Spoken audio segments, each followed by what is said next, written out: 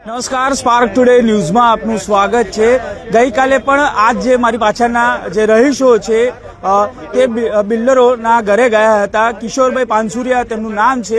Siddheshwar પાથરેશ્વરની site છે। 2021માં આ site નું લોકાર્પણ થયું હતું, પરંતુ આજ દિન સુધી 2026 થઈ ગઈ ત્યાં સુધી આ તમામ જે ગ્રાહકો છે કે મકાનના ગ્રાહકો છે તેઓને પોઝેશન નથી મળી રહ્યું। તેને લઈને આજે તેઓ પોલીસ ભવન ખાતે પોલીસ કમિશનર શ્રીને તેઓ રજૂઆત કરવા માટે આવ્યા છે। પહેલા તો મહિલાઓ સાથે જ સીધા વાત કરવાનો પ્રયત્ન કરીશું। બેન, શું કહેશો, ક્યારે મકાન માટે નોંધણી કરાઈ હતી ને અત્યાર સુધી? 2021માં નોંધણી કરાયેલી અને હવે બહાના જ બતાવ્યા કરે છે કે આજે કરીશું, કાલે કરીશું, 3 મહિના, 4 મહિના, 5 મહિના ને હવે તો મળતો જ નથી, સામે આવતો બી નથી ને ફોન પર દાદાગીરીઓ કરે લુક્કી ગમે તે એવું બોલશે, તમારીથી જે થાય ને એ કરી લો મારું। એટલે કોઈ એની પર રાજકીય પ્રેશર હોય એવું લાગે છે?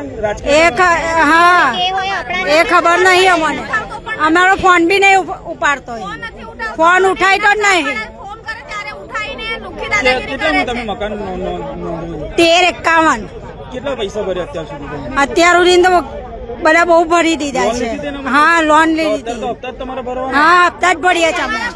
અમારે તો વ્યાજ જ ભરીએ છીએ અમે, ખાલી લાખ રૂપિયા તો વ્યાજ જ જતું રહ્યું અમારું।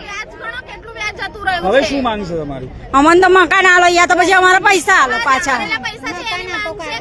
બિલકુલ, આપ જુઓ કે તમામ જે આ ગ્રાહકો છે। બેન, ક્યારે નોંધણી ક્યારે કરી? 2021માં અમે નોંધણી કરાયેલી હતી। 2021માં નોંધણી કરાવી। હું તો આખરે કંટાળીને મારા તો ડિવોર્સ થવાના છે હસબન્ડ જોડે, તો હું હપ્તા ભરવા માટે છું જ નહીં કેપેબલ। મેં એને ના જ પાડી હતી, તો આખરે છેવટે હું 6 મહિના પહેલા હમણાં લોન કેન્સલ કરવા માટે પ્રોસેસ કરવા માટે ગઈ હતી। મને લોન પણ એને કેન્સલ નહીં કરી આપી।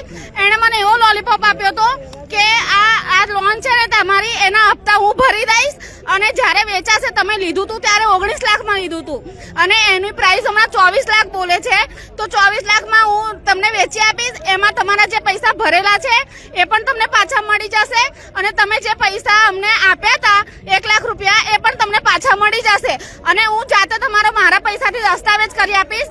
એના પૈસા ખાલી તમે મને ચૂકવી દેજો। આ રીતનો એને લોલીપોપ આપીને અમારી લોન કેન્સલ કરવા માટે રોકાણ કરી। લોન પણ એને કેન્સલ નહીં કરી આપી। હાલમાં હું એના જોડે લોન કેન્સલ કરવા માટે ફોર્મ લેવા માટે ગઈ, તો અમને એવું કહે છે કે તમારાથી થાય એ કરી લો, અમારાથી પૈસા બેંકમાં ચૂકવાય એવું છે નથી। એ રીતની ખુલ્લું કે જે થાય। બિલ્ડરનો છોકરો અજય, એને વાત કરી હતી મારા ફોનથી। મેં ફોન કર્યા તો બી એને ઉપાડ્યા નહીં, મારા હસબન્ડને ફોન કર્યા તો બી નહીં ઉપાડ્યા।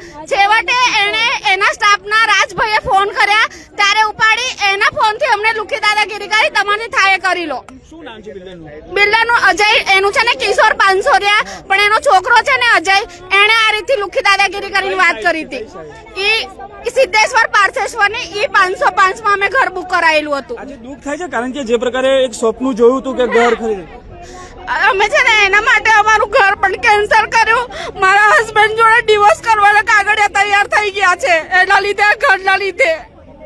બિલકુલ, આપ જુઓ કે આ બેનના આંખમાં આંસુ જોવા મળી રહ્યા છે, એટલા માટે કે આ બિલ્ડર દ્વારા કનડગત કરવામાં આવ્યું છે, ગમે તેમ શબ્દો બોલવામાં આવી રહ્યા છે। આપ જુઓ કે તમામના આંખમાં આજે આંસુ અહીંયા જોવા મળી રહ્યા છે કે લોકો આજે રડી રહ્યા છે, એટલા માટે રડી રહ્યા છે બિલ્ડરના કારણે। આ કિશોર પાનસુરિયા લાગે છે કે રાજકીય પ્રેશરના કારણે તેની સામે કોઈ પ્રકારની કાર્યવાહી થઈ નથી। આજે તમામ લોકો આશા લઈને અહીંયા આવ્યા છે। જુઓ કે તમામ મહિલાઓના આંખમાં આજે આંસુ જોવા મળી રહ્યા છે। આ દુઃખના આંસુ એટલે છે કે બિલ્ડરે તેઓને હજુ સુધી 2026 થઈ ગયું તેમ છતાં પણ તેઓને આ મકાન નથી આપતા અને તેને લઈને આ તમામ લોકો આજે આ જો કે તમામ જતા નથી અને હું એકલી રહું છું, તો એકલી મેં કેટલા બેંક વાળાને જવાબ આપું આના કારણે? કેન્સલ પણ નહીં કરી આપતો મારી લોને। આ આંસુ અહીંયા જોવા મળી રહ્યા છે, ત્યારે તમામ મહિલાઓના આંખમાં આપ જોઈ શકાય છે કે તમામ મહિલાઓના આંખમાં આજે આંસુ એટલા માટે જ કે બિલ્ડર કિશોર પાનસુરિયા, આપ જુઓ કે બેન કેટલું દુઃખ થાય છે, આજે ઘર નથી। બહુ દુઃખ થાય છે, શું કરીએ? અમને મકાન જ નહીં મળ્યું, તો 2020માં લીધું હતું મકાન, અમને મકાનનું કંઈ ઠેકાનું નહીં। અમે અમારું ઘરનું ભાડું ભરીએ તો મકાનના હપ્તા ભરીએ, શું ભરીએ બોલો? છોકરાની સ્કૂલ બધું ચાલે છે। જોયું તું આજે રોડાઈ ગયું? હા, બહુ દુઃખ થાય છે, કઈ નહીં। આપ જુઓ કે આ માસી છે, આ માસીના કેટલી મહેનતે તેઓએ લોન કરાવી, લોનના અત્યાર સુધી તેઓ હપ્તા ભરે છે, પરંતુ આપ જો માસી કેટલું દુઃખ થાય છે, ભૂલ થઈ ગઈ લાગે છે. થાય ભૂલ થઈ ગઈ ભાઈ, હવે હું કરવાનું લીધું તો હવે આપણા નસીબમાં વાતને જાણ્યું કે આપશે ને બનાવીને બધા આપે છે તો એમ કરીને અમે બી લીધું ભાઈ. અમને થોડી ખબર હતી કે આવું થવાનું, તો પછી અમે ના લેતા ને. તો કેટલા રૂપિયા અત્યાર સુધી તમે ભર્યા હશે? જો મેં છે ને મેં 8 લાખ તો આપી દીધા છે ને લોન વાળાએ 10 લાખ આપી દીધા છે, એટલે મારા 18 લાખ જતા રહ્યા છે ભાઈ. હવે મારે કશું બાકી નથી, 1 લાખ જેવું બાકી રહ્યું છે. બોલો પરિવારમાં ઘરમાં કોણ છે? મારા ઘર પેરેલી સારા માણસ છે મારો, તે વોચમેનમાં નોકરી બેસે જ બસ, એને મારો એક છોકરો છે.